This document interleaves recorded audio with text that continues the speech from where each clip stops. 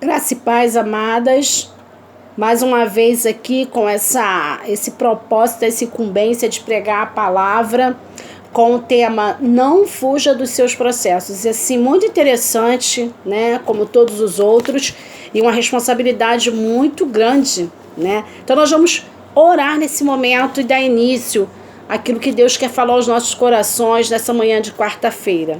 Senhor, nós queremos te agradecer porque o Senhor é verdadeiro, justo, o Senhor é Deus onisciente, onipresente, onipotente, o Senhor tem cuidado de nós e a cada dia temos passado por provações.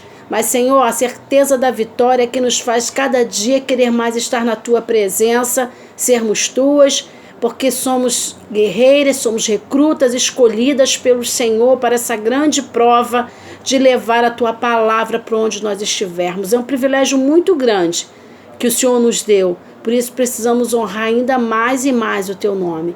Dá-nos, Senhor, um dia abençoado e vitorioso. E antes, Senhor Deus, de fazermos qualquer coisa e tomarmos uma decisão, possamos pensar, refletir, falar com o Senhor. E se tivermos dúvida, Senhor, possamos pensar da seguinte forma: o que Jesus faria se estivesse em meu lugar? Então, Senhor, que nós possamos agir como o Senhor estivesse, Senhor, agindo em nós, por nós e fazendo o que há de melhor. Então, sendo assim, temos a certeza que a vitória será certa em nome de Jesus. Abençoa-nos, guarda-nos e livra-nos do mal em nome de Jesus. Amém. Quando Elisângela me passou esse tema, eu repensei e já ouvi, né, a mensagem, né, das irmãs que pregaram aí sobre outros temas, sobre o tema proposto para essa semana.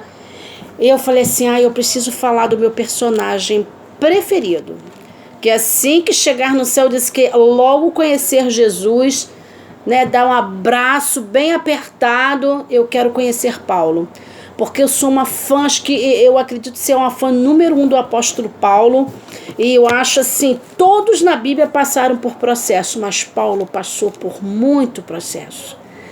E interessante é que a gente vê que ele não fugiu de nenhum, né? Como Jonas, né, tentou se esconder de Deus, fugir de um processo qual Deus havia dado a ele, mas a gente vê que Paulo, ele foi diferente. O perseguidor passou a ser perseguido. Então nós vamos ler sobre o processo de Paulo dessa perseguição, que é narrada logo em Atos 9, do 1 ao 6. Diz assim: enquanto isso, Saulo não parava de ameaçar de morte os seguidores do Senhor Jesus. Ele foi falar com o grande sacerdote e pediu cartas de apresentação para as sinagogas da cidade de Damasco.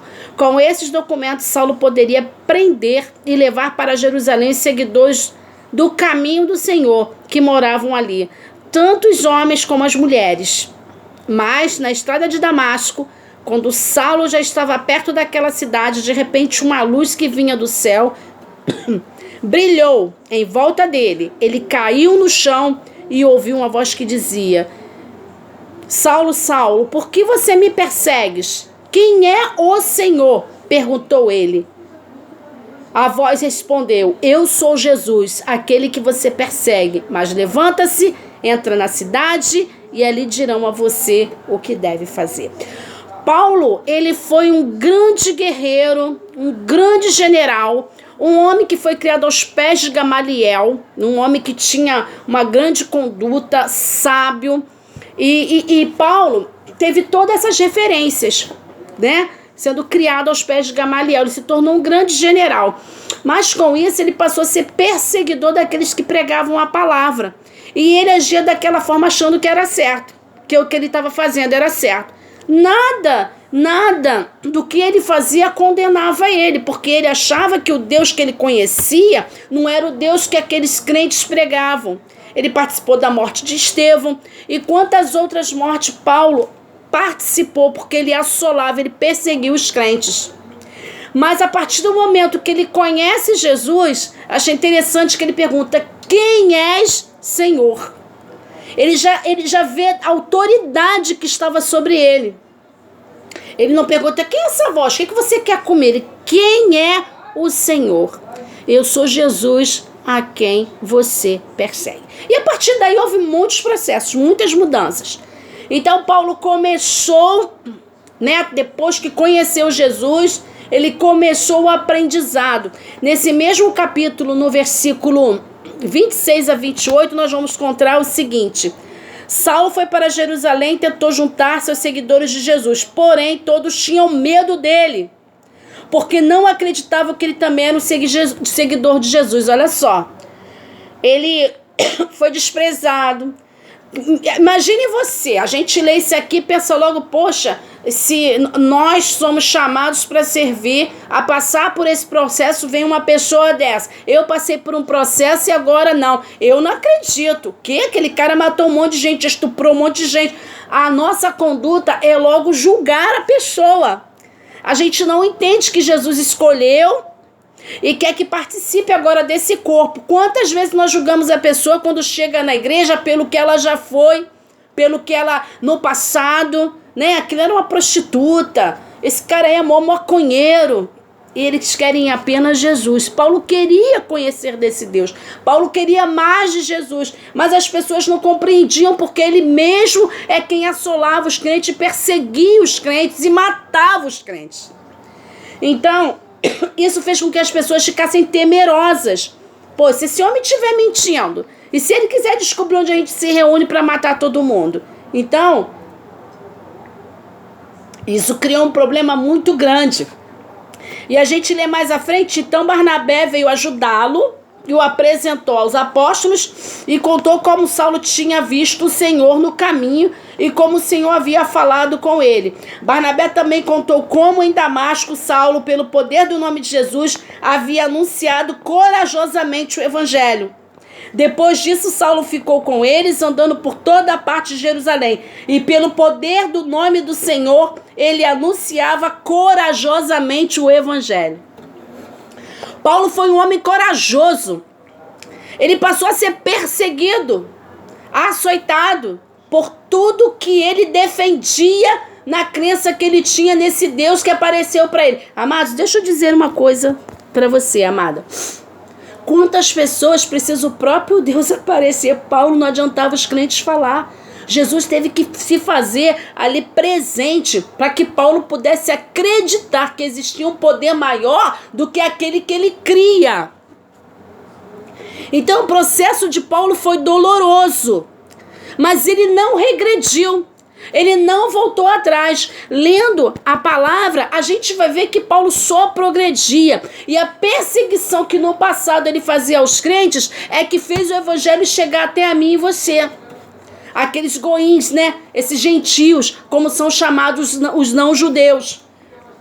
Por conta dessa perseguição é que hoje nós conhecemos Jesus. Então, o processo de Paulo, creio eu, foi muito doloroso. Muito espinho, muita surra, muito sofrimento, fome. Então, assim, mas Jesus não desistiu e Paulo muito menos. Deus já sabia no coração quem era Saulo e o quanto ele ia se fazer presente para ganhar almas, cumprir o ID.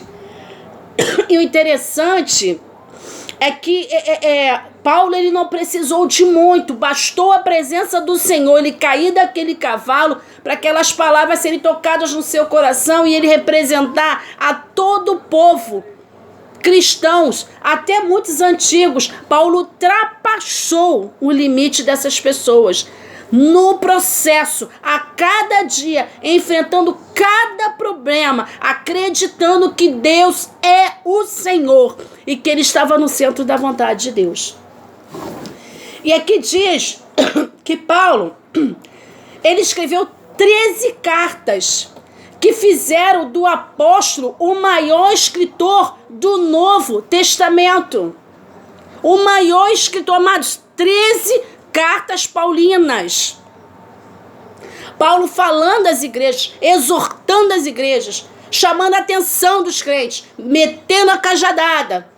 Tudo aquilo que Deus o havia ensinado, que ele aprendeu andando com Barnabé, com os outros apóstolos, com os crentes, com Priscila e Áquila. São pessoas que foram muito importantes. João Marcos, Timóteo, Tiago, o doutor Lucas. Quantas pessoas fizeram parte dessa transformação de Paulo, né? Saulo, como a gente vê, que mais à frente se tornou Paulo, né? O perseguidor passou a ser perseguido e também teve o processo do nome. Então, Paulo era uma pessoa extremamente ativa e dedicada à obra de Deus e sempre estava envolvido com a pregação do evangelho. A gente não vê na Bíblia que Paulo era casado, se ele teve uma mulher, se ele era viúvo, se ele era solteiro. A gente sabe que ele tinha um sobrinho, que quando alguns romanos ali pretendiam matar na calada da noite, na surdina da noite, e o sobrinho dele ouviu, foi correndo falar, e ele mandou ir falar ao imperador. Então a gente vê que ele tinha uma família, ele tinha uma irmã, ele tinha um sobrinho. A gente não sabe se Paulo era casado, se ele era viúvo, se era solteiro. Só entendo que ele diz na palavra que aqueles que são solteiros, se puderem, é melhor ficar solteiros do que não se case, porque terá mais tempo para o Senhor. Mas aqueles que já estão casados, que priorize essa vida, o seu casamento, né? Que priorize, principalmente se já conhece o evangelho. Porque existem muitas pessoas aí, eu não aguento, se divorciando, não dá. Irmãos, aqui na palavra do apóstolo, quando o homem não é crente ou a mulher não é crente, a gente se torna crente, o marido é não crente, ou ele se torna crente, a mulher não é crente e quer se divorciar, aí é com eles, porque não fazem parte, não conhecem a Deus, mas se são crentes, se vivem juntos, precisam ser diferentes e tem que passar por muito processo para chegar a essa vitória aí que Deus tem prometido. Então, muitas das vezes, Paulo passou por processos árduos onde se adequava de acordo com os lugares na qual ele estava, né? Então vamos lá em 1 Coríntios para a gente ver isso aí, no capítulo 9, no versículo 19 a 23, que diz assim, acho muito interessante esses versículos. Sou um homem livre, não sou escravo de ninguém, mas eu me fiz escravo a todos, a fim de ganhar para Cristo o maior número possível de pessoas. Quando trabalho entre judeus, vivo como judeus, a fim de ganhá-los para Cristo. Não estou debaixo da lei de Moisés, mas quando trabalho entre judeus, vivo como se estivesse debaixo dessa lei para ganhar os judeus para Cristo. Assim também, quando estou entre os não-judeus, vivo fora da lei de Moisés, a fim de os não-judeus ser ganhos para Cristo. Isso não quer dizer que eu não obedeço à lei de Deus, pois estou, de fato, debaixo da lei de Cristo. Quando estou entre os fracos na fé, eu me torno fraco também, a fim de ganhá-los para Cristo. Assim, eu me torno tudo para todos, a fim de poder, de qualquer maneira possível, salvar alguns. Que tremendo! Que maravilha! Isso é reino! Isso é obediência! Isso é processo! Isso é mudança! Isso é entender o que Jesus quer para mim e para a tua vida. É saber que passar pelo processo não é fácil, mas a gente não pode desistir. Retroceder jamais. Voltar atrás jamais. É ir, é seguir em frente. Não é fácil. Tudo que se torna bom e agradável passa por um processo. O vinho, para ser bom, precisa daquelas uvas amassadas com os pés das pessoas. O azeite, para ser bom, passa a azeitona pela prensa. Tudo tem um processo até chegar em nós. Nós também somos um processo nas mãos de Deus e precisamos vencer a cada dia. E esse processo ele precisa ser visível em nossas vidas, porque as pessoas precisam ver Jesus em nós. Só assim nós venceremos.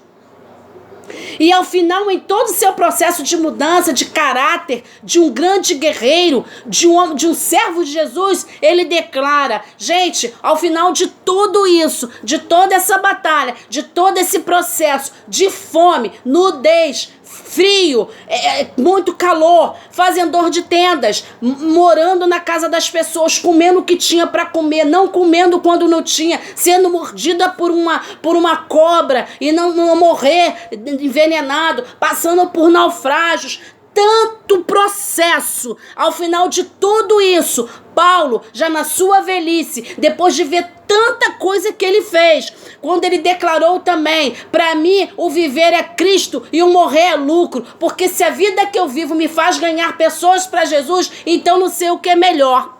Então, amado, se você vive, o viver é Cristo. Se morremos, o morrer é lucro. Se eu acordar, estarei com Jesus. Se eu não acordar mais, eu estarei com Jesus da mesma forma. O importante é que servamos a Jesus. E ao final de tudo isso, Paulo declara: combati o bom combate, acabei a carreira e guardei a fé. 2 Timóteo 4:7.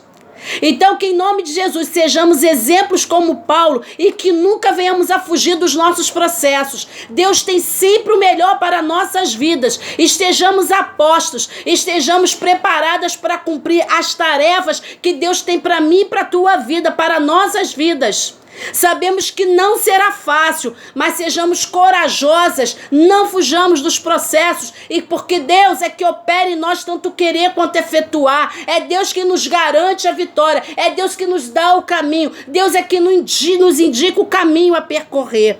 Então, em nome de Jesus, guarda essa palavra no teu coração, não fuja dos processos e mantenha a sua fé em Deus. Deus abençoe a sua vida, a sua semana, o seu dia, a sua família e a sua história. Em nome de Jesus. Amém.